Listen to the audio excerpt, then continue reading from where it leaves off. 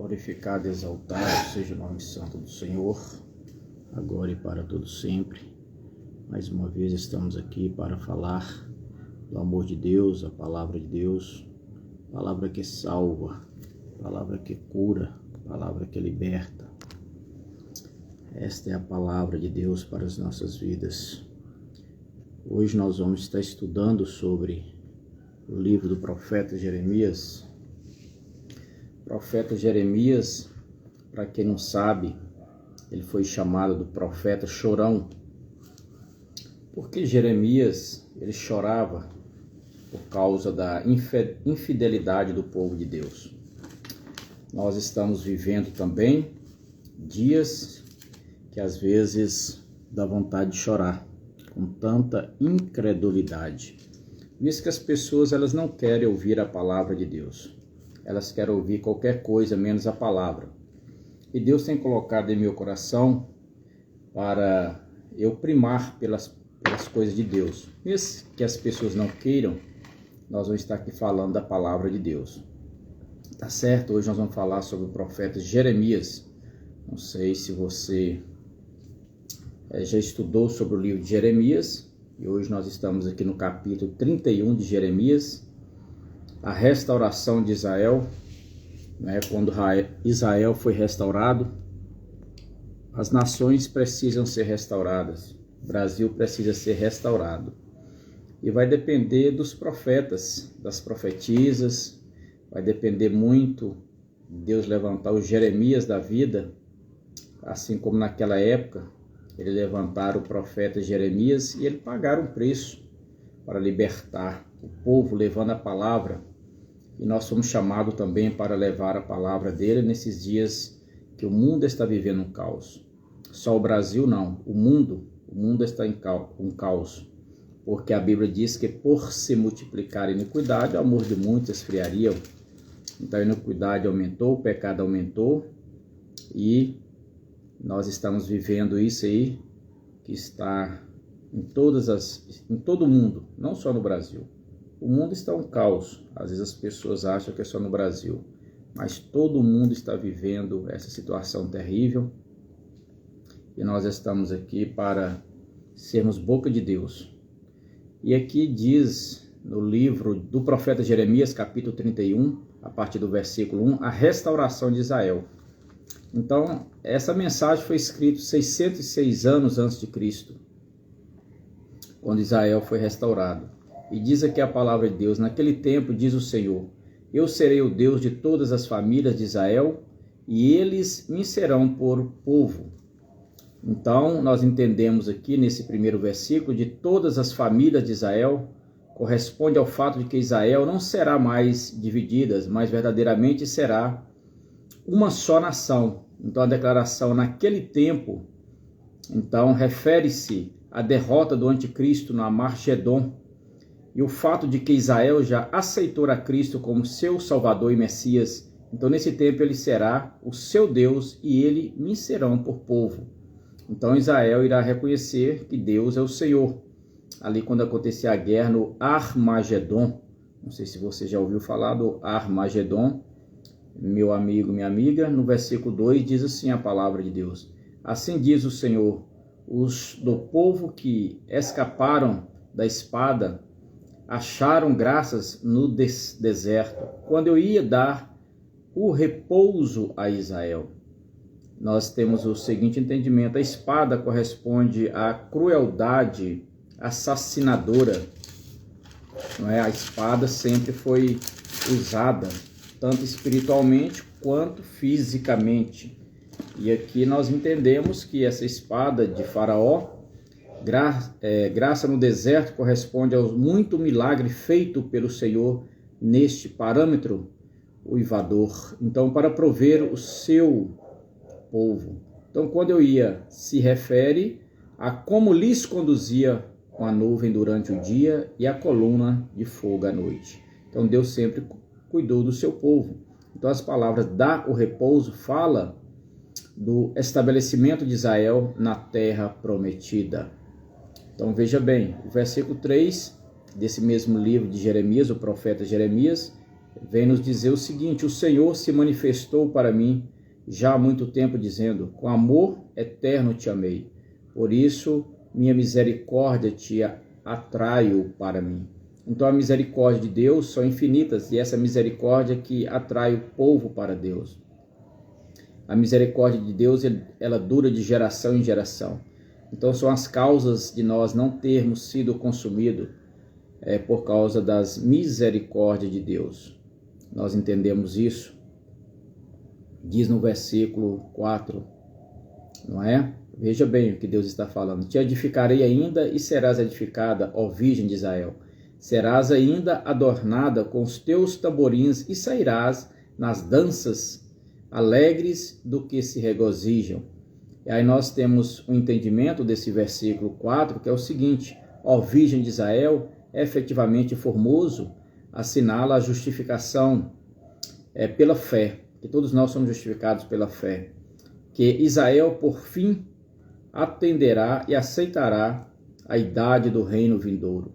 Os tamborins e danças se refere à vitória de Davi sobre o Golias e o regozijo que se seguiu em 1 Samuel, no capítulo 18, versículo 6. Então Golias era um tipo de Satanás, enquanto Davi era um tipo de Cristo.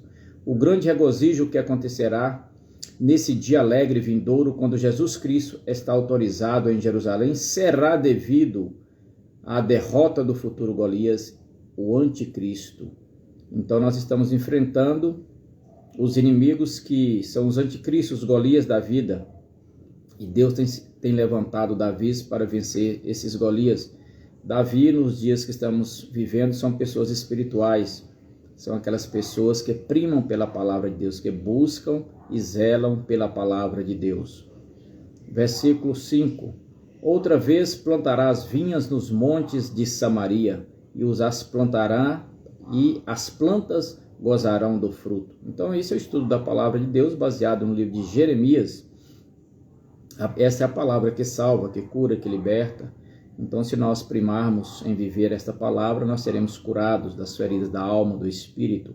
Aí nós entendemos o versículo 5 da seguinte forma: sobre a lei, dono da vinha tinha que esperar 5 anos antes de que ela pudesse colher para si mesmo o fruto da sua vinha. Então, geralmente nós entendemos isso, como está escrito em Levítico 19, Deuteronômio 22, que eram 5 anos de espera para a primeira colheita da vinha. Então, por conseguinte, ele nunca desfrutaria de seu produto devido à insegurança da época.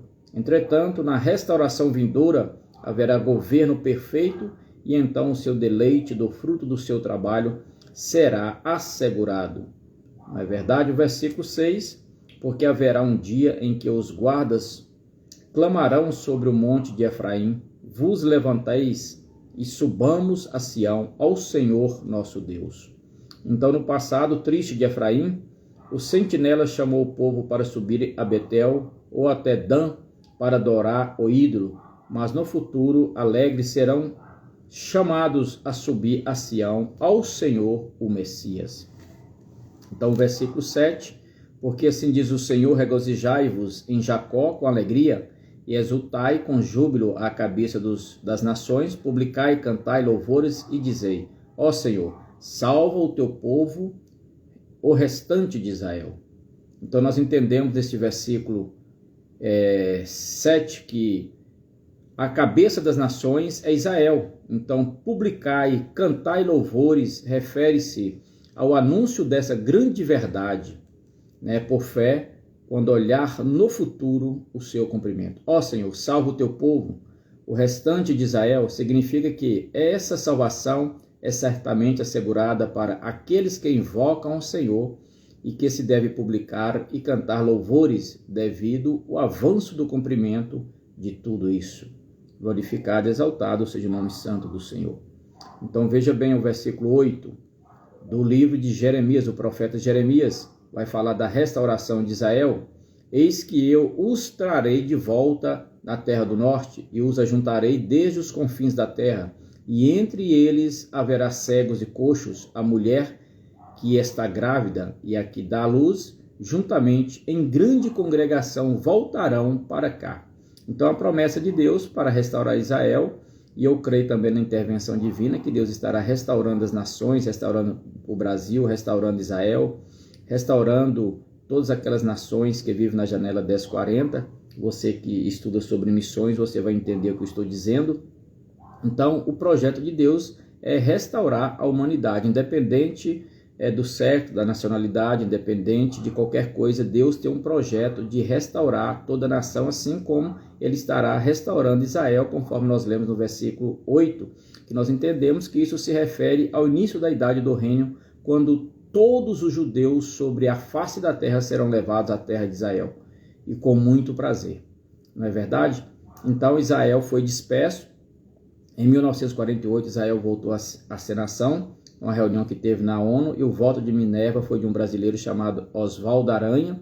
Israel voltou a ser nação, mas ainda uma boa parte de Israel ainda não aceita Jesus Cristo como Salvador. Assim como também em todos os lugares da face da terra tem pessoas que são ateus, que ainda não acreditam na Bíblia, não acreditam em Jesus, mas isso não vem ao caso. Voltando aqui ao nosso estudo da Palavra de Deus, da Bíblia Sagrada, no versículo 9 de Jeremias: virão com choro, mas com misericórdias os farei voltar, e os farei andar junto a ribeiros de águas, por caminho direito, no qual não tropeçarão, porque sou para Israel um pai, e Efraim é o meu primogênito.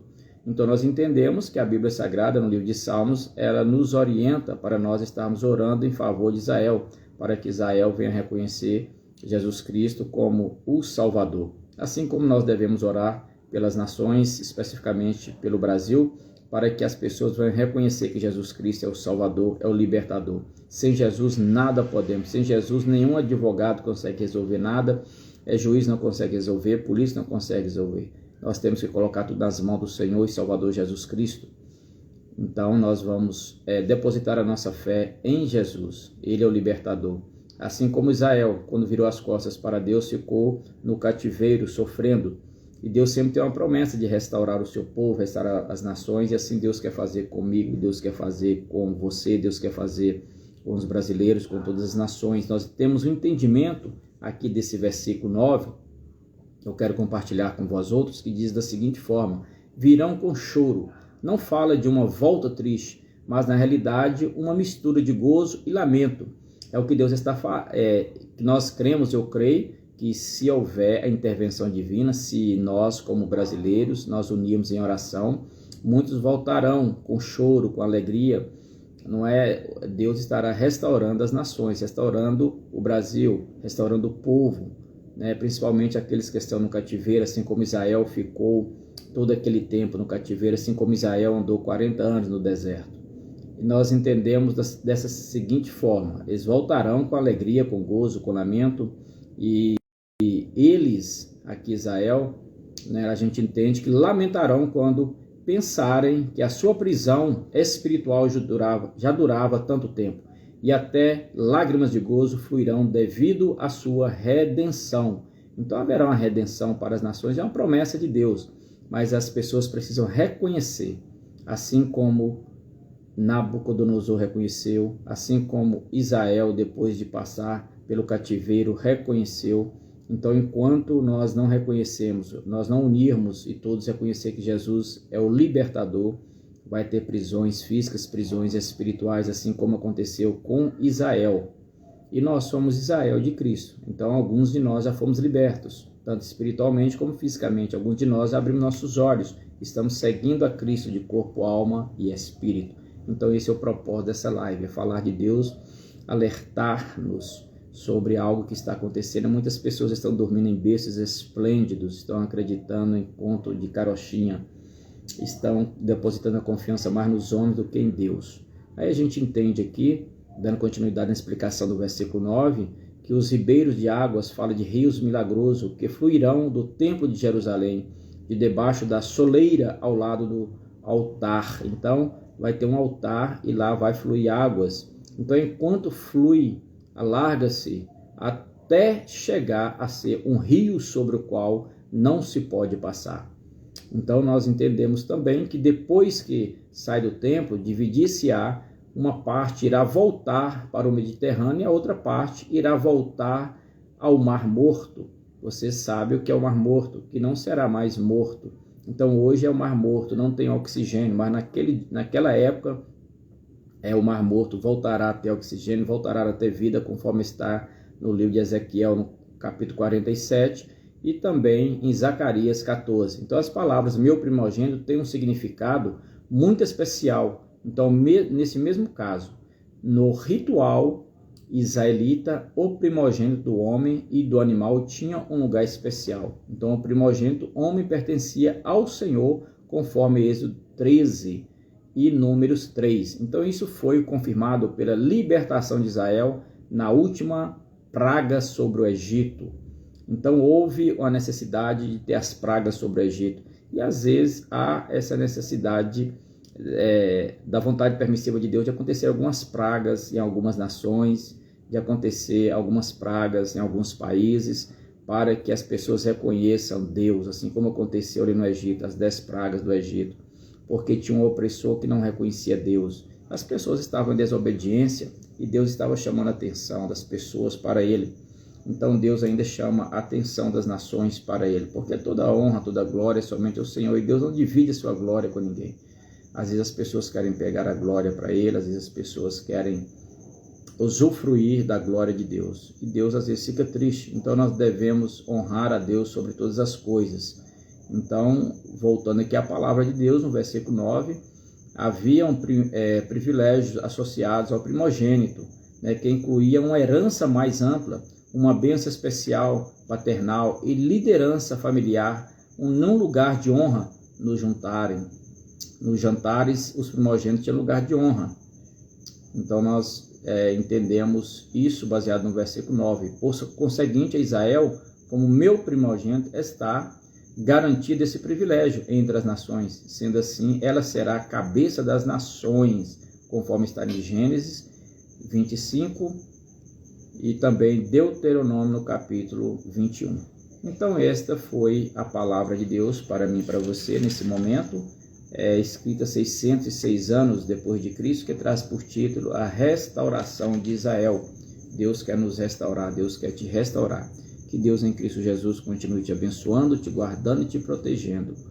Um grande abraço desse que vos fala, pastor Edivaldo de Brito Salles, aqui de Sete Lagoas, Minas Gerais. Estou orando por você, pelas nações, estou orando em favor de Israel, estou orando em favor do Brasil. Que Deus continue nos abençoando, nos guardando, nos protegendo. Um grande abraço desse que vos fala. Que o Senhor, ó Deus, continue abençoando de uma forma especial as nações, nos restaurando espiritualmente, nos avivando, nos despertando em nome de Jesus. Amém e amém. Até o nosso próximo encontro. Compartilhe com seus amigos, curta e se inscreva em nome de Jesus. Um grande abraço. Até o nosso próximo vídeo.